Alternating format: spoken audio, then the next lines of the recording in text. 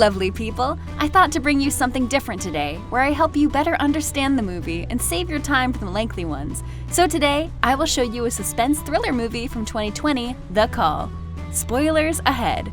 It all starts in 2019, when 28-year-old So-yeon loses her phone on the train after seeing her mother in the hospital. She takes an old phone from the cupboards and dials her phone number. Ultimately, her actual cell phone is only a tool via which she discovers the true enemy of this film, this time-traveling phone. When she arrives at her decrepit childhood home, she discovers a decades-old cordless phone and receives a call from a terrified lady who claims her mother is torturing her. After getting her initial call from Young-suk, only Young-suk is looking for her friend Sun-hee, not So-yeon. Young-suk comments that her mother is insane, but realizes that she has most likely dialed the wrong number. The next scene shifts to So-yeon's mother, who has some type of brain cancer with a poor prognosis. She's considering where she should be buried. She wonders if she should be buried close to her husband. So-yeon takes offense, but we don't know why. The incorrect calls to that number continue, and So-yeon basically believes Young-suk requires assistance from her mother. At the time, she doesn't realize that this is something that happened 20 years ago, or that she can do anything about it. Nothing much occurs for a while, and then one night, So-yeon begins to hear noises in her house. She discovers the source of the disturbance and hammers down the wall in the dead of night, while So-yeon discovers Young-suk's mother's secret exorcism hideaway. She also comes across Young-suk's old diaries. She realizes the link when the diary mentions her mother burning her alive, just before receiving a distressing phone call from Young-suk that her mother is burning her alive.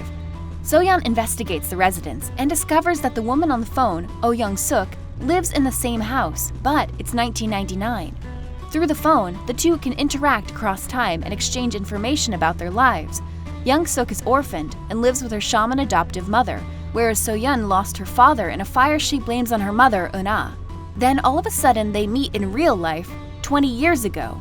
It's the moment So-yeon's family is to move into their new home. So-yeon is overcome with emotion as she hears the voice of her father, who died 20 years ago, so they give it a shot. Young-suk goes to stop the gas leak that killed her father after So-yeon gives her the address of her former house. Young-suk discovers a horrible secret, which we learn about later, but he manages to stop the gas leak. Things shift. So-yeon is now clothed in a lovely purple gown. Her home has become more modern and elegant. Her family's financial situation has improved as a result of her father's survival. Her mother is fine, and her father is still alive. So-yeon is overwhelmed with gratitude. When So-yeon picks up the phone, Young-suk is being exorcised by her shaman mother. So-yeon performs some research and discovers that Young-suk is about to die on the night to her mother. Young-suk is prepared for the ambush and nearly can't believe her mother would want to harm her. Her mother, So Young-suk, has inspirations of killing a lot of other people, so this is one of those greater good things. Young-suk is warned by So-yeon that her stepmother will murder her in the middle of the night. Why does Young-suk's stepmother want to murder them? She is, after all, a shaman. Her abilities predict that Young-suk will grow up to become a serial killer. She resolves to assassinate Young-suk in order to save many people's lives. Young-suk escapes death at night and, enraged, murders her stepmother. Sung-ho turns up to deliver strawberries, which is a stroke of bad luck.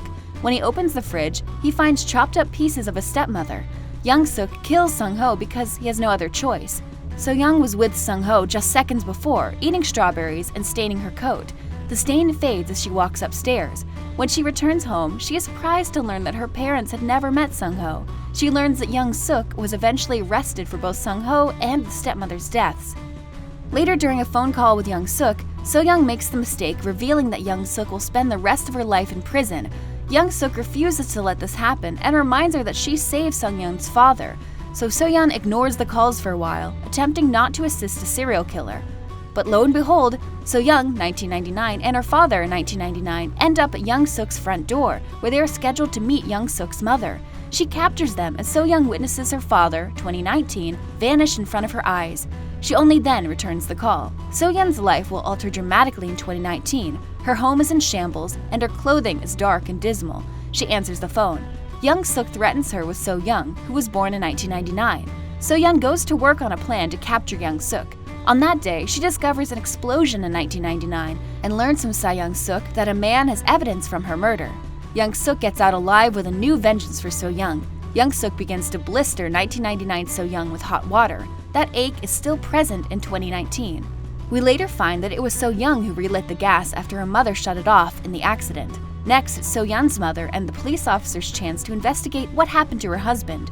In 1999, Young-suk assassinates a police officer and pursues Eun-ah. In 2019, the elder Young-suk appears and pursues So-yeon in the same way.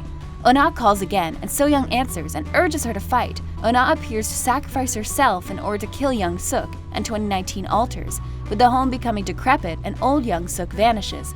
So-young leaves the house and is emotionally reunited with Eun-ah, who is still alive and, well, albeit scarred. So-yeon's consciousness jumps to the timeline 2019 as her body scars from the hot water wounds. So-young, not knowing what else to do, divulges the location of the murder weapon. When Young-suk arrives, they kill the junk collector and burn the knife. This prevents the cops from connecting the murder back to Young-suk, and she is not arrested as a result. This scenario also established that Young-suk goes on to become a full-fledged serial killer, and the house is filled with refrigerators containing the mangled bodies of the dead. Young-suk grows up in this house and finally learns how to use the phone to warn her younger self not to get involved in any of the murders. But it comes to a point where Young-suk makes it to 2019. So-yeon's mother, 1999, uses the time-traveling phone to reach her husband. 2019 Young-suk immediately tells her mother of the danger before the cop is killed right in front of her. Young-suk is pushed off a stairway by So-yeon's mother. Back in 2019, So-yeon attempts to locate her mother, who is still alive. But it isn't all. Her mother vanishes alongside So-young, and a tape of 2019 Young-suk begging 1999 Young-suk to keep the phone with her no matter what. A clip of her regaining consciousness after tumbling down the stairs, followed by So-young in an electric chair, implying that Young-suk is still alive and well after all of this. Please let us know in the comments section. Please subscribe to the channel and click the bell button to be alerted when fresh, spicy, and fascinating stuff is available.